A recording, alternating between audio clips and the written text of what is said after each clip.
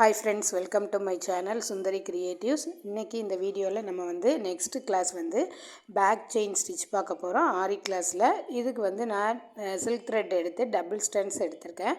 அது ஒரு ஸ்ட்ரெயிட் லைனில் உங்களுக்கு போட்டு காட்டுறேன். நாளைக்கு நம்ம அந்த டிசைன் எப்படி பண்ணலாங்கிறத பார்க்கலாம். இதில் 2 மெத்தடு நான் சொல்லியிருக்கேன் பாருங்கள். ஃபஸ்ட்டு த்ரெட்டை கீழேருந்து மேலே எடுத்துக்கலாம். எடுத்துட்டு அதை ஒரு லாங் செயினாக போட்டுக்கோங்க. லாங் செயின் போட்டுட்டு அதுக்கு பக்கத்தில் குட்டியாக ஒரு செயின் போடணும். இதுதான் ஆரி ஒர்க்கில் லாக்குன்னு சொல்லுவாங்க. பாருங்கள், ஃபஸ்ட்டு ஒரு லாங் செயின் போட்டுருங்க. போட்டுட்டு அதுக்கு பக்கத்துலேயே ஒரு செயின் போட்டுக்கோங்க. அது செயின் கொஞ்சம் சின்னதாக போடுங்க. போட்டுட்டு அந்த செயினை அப்படியே நம்ம பேக் சைடு திருப்பி ஒரு லாக் மாதிரி கொண்டு வரணும்.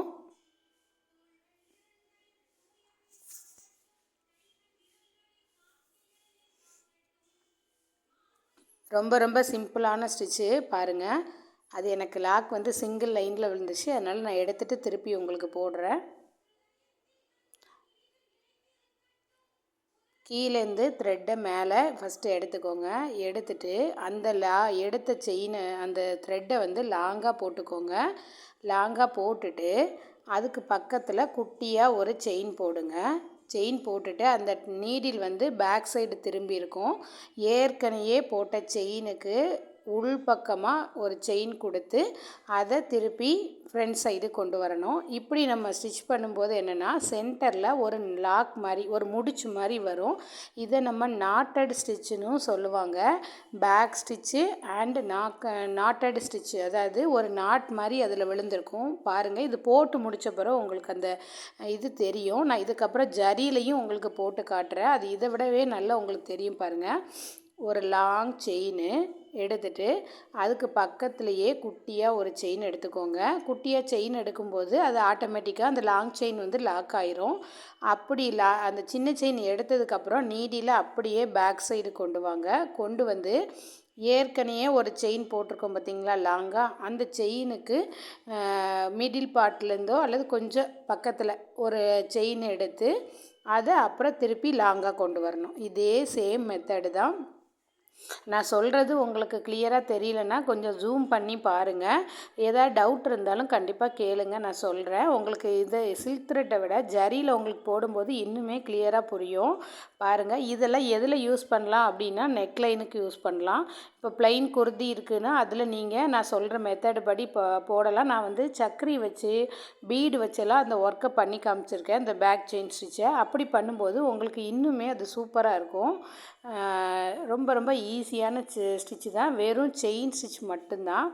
பாருங்கள், ஃபஸ்ட்டு நீடியில் எனக்கு அடிக்கடி சிங்கிளாக நான் டபுள் ஸ்டாண்ட்ஸ் அது கீழேருந்து எடுக்காமல் சிங்கிளாக வந்துடுது. அதனால் திருப்பி எடுத்து போடுறேன்.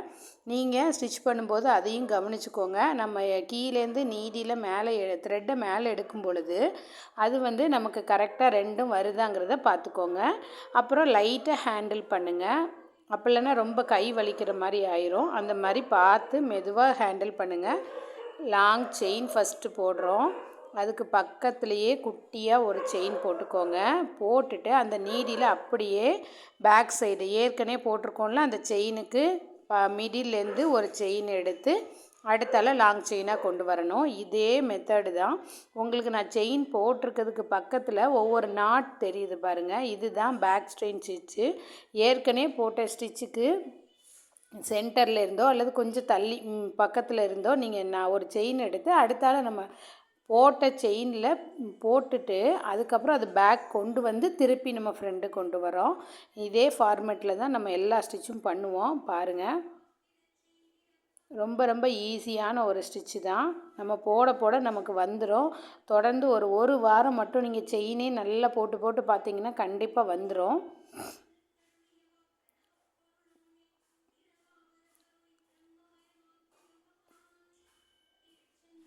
நான் நெக்ஸ்ட் டைம் எடுக்கும் பொழுது அதை ஜூம் பண்ணி பக்கத்தில் நல்ல கிளியராக தெரிகிற மாதிரி உங்களுக்கு எடுத்து ஒரு வீடியோ போடுறேன். ஏன்னா நெக்ஸ்ட் நான் தள்ளி வச்சு எடுத்ததுனால என்னமோ கிளியராக தெரியுதா என்னென்னு தெரியல உங்களுக்கு. நான் நெக்ஸ்ட் டைம் எடுக்கும்போது அது நல்லா கிளியராக பக்கத்தில் தெரிகிற மாதிரி போடுறேன். அப்போனா உங்களுக்கு நல்லா ஈஸியாக வரும். இப்போது நாட் எப்படி போடுறதுன்னு பார்த்துக்கோங்க. ஃபஸ்ட்டு கீழேருந்து த்ரெட்டை எடுத்துகிட்டு அந்த ஃபஸ்ட்டு லூப் எடுத்துகிட்டு செகண்ட் லூப்பை வந்து நம்ம வந்து பெருசாக எடுத்துகிட்டு ஃபஸ்ட் லூப் வழியாக நம்ம நீடியில் பிடிச்சி எடுத்தோன்னா அது லாக் விழுந்துடும். ட்ரை பண்ணிகிட்டே இருங்க, அது வந்துடும் கண்டிப்பாக. நாட் போடுற வீடியோஸ் ஏற்கனவே நான் போட்டிருக்கேன் நம்ம சேனலில். தெரியாதவங்க அதை போய் பாருங்கள். ஃபஸ்ட்டு நான் போட்டிருக்கேன். அல்லது நெக்ஸ்ட்டு உங்களுக்கு என் நாட்டு சரியாக வரலன்னா சொல்லுங்கள், நான் நெக்ஸ்ட் ஒரு வீடியோ உங்களுக்கு அப்லோட் பண்ணுறேன். நாட் ரொம்ப ரொம்ப முக்கியம். அதை நம்ம போட்டு நல்லா பழகினா தான் நம்ம போடுற ஸ்டிச் வந்து கரெக்டாக வரும். அல்லது நம்ம வந்து எவ்வளோ ஸ்டிச் பண்ணாலும் அது உருவிடும். அதனால் அதை கவனமாக பார்த்துக்கோங்க.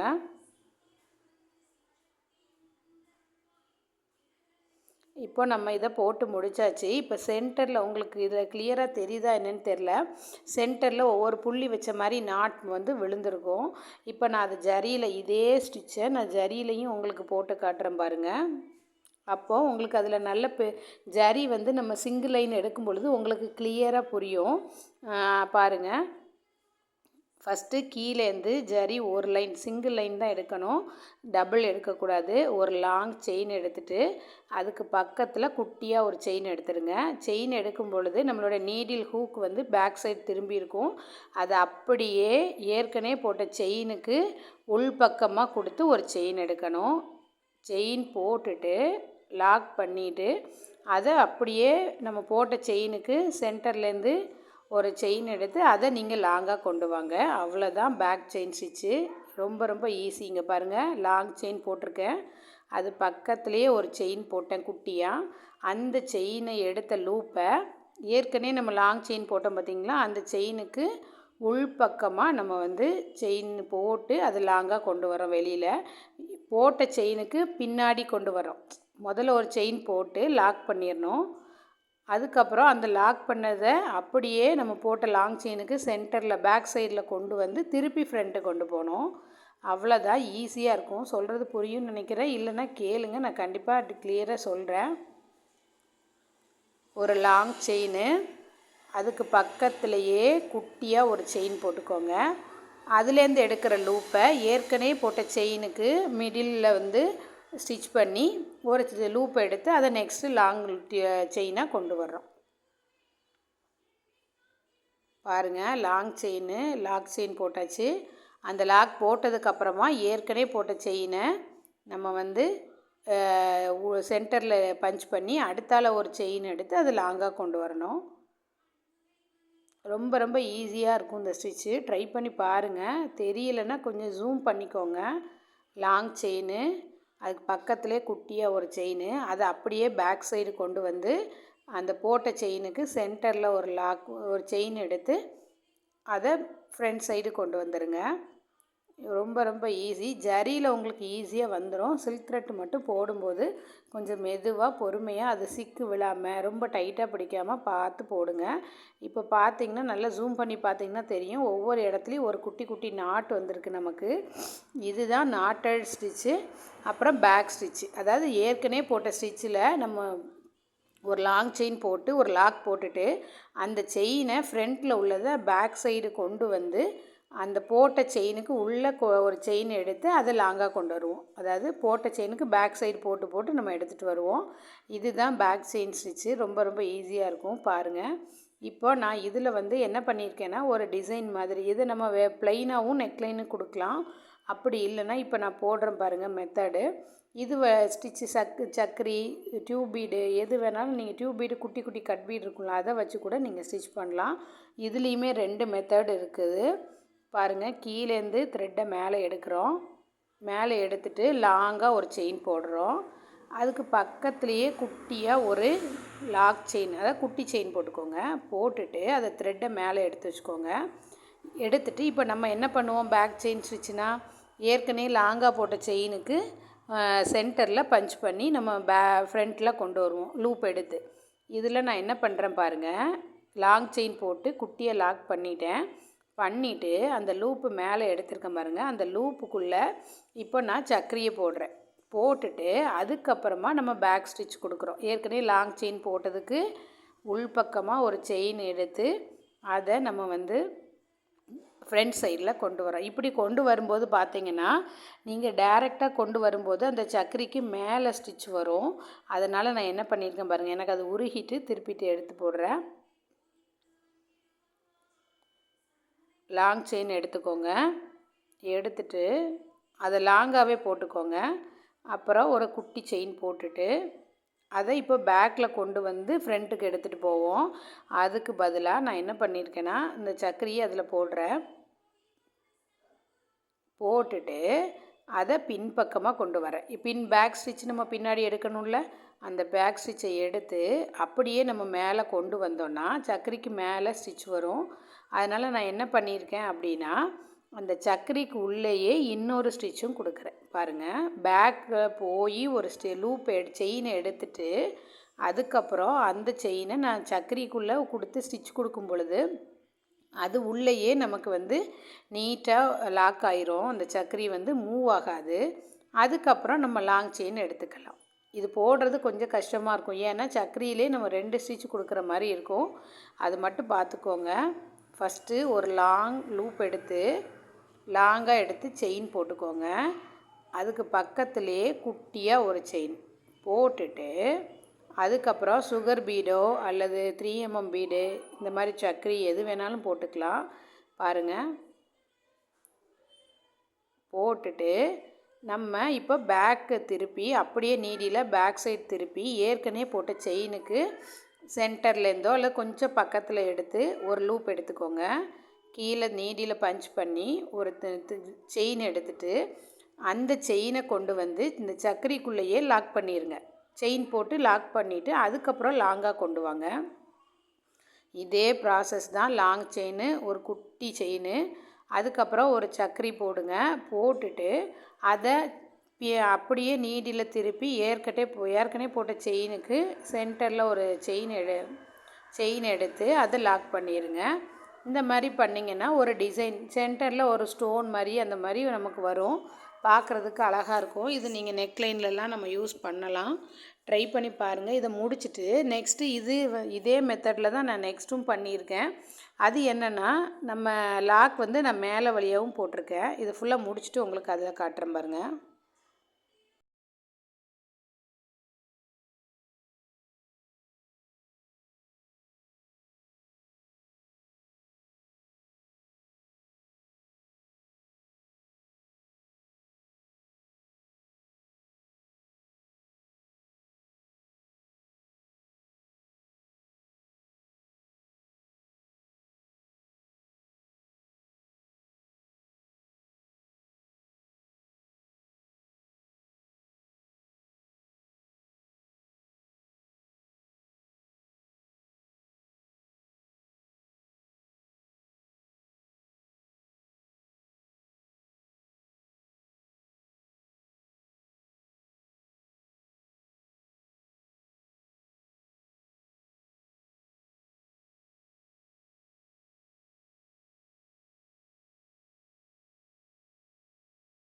இப்போ இன்னொரு மெத்தடில் சொல்கிறேன் பாருங்கள்.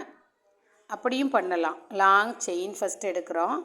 எடுத்துட்டு சின்ன குட்டியாக செயின் பண்ணிவிட்டு பேக் ஸ்டிச் போட்டுட்டு அதுக்கப்புறமா நீங்கள் வந்து சக்கரி போடலாம்.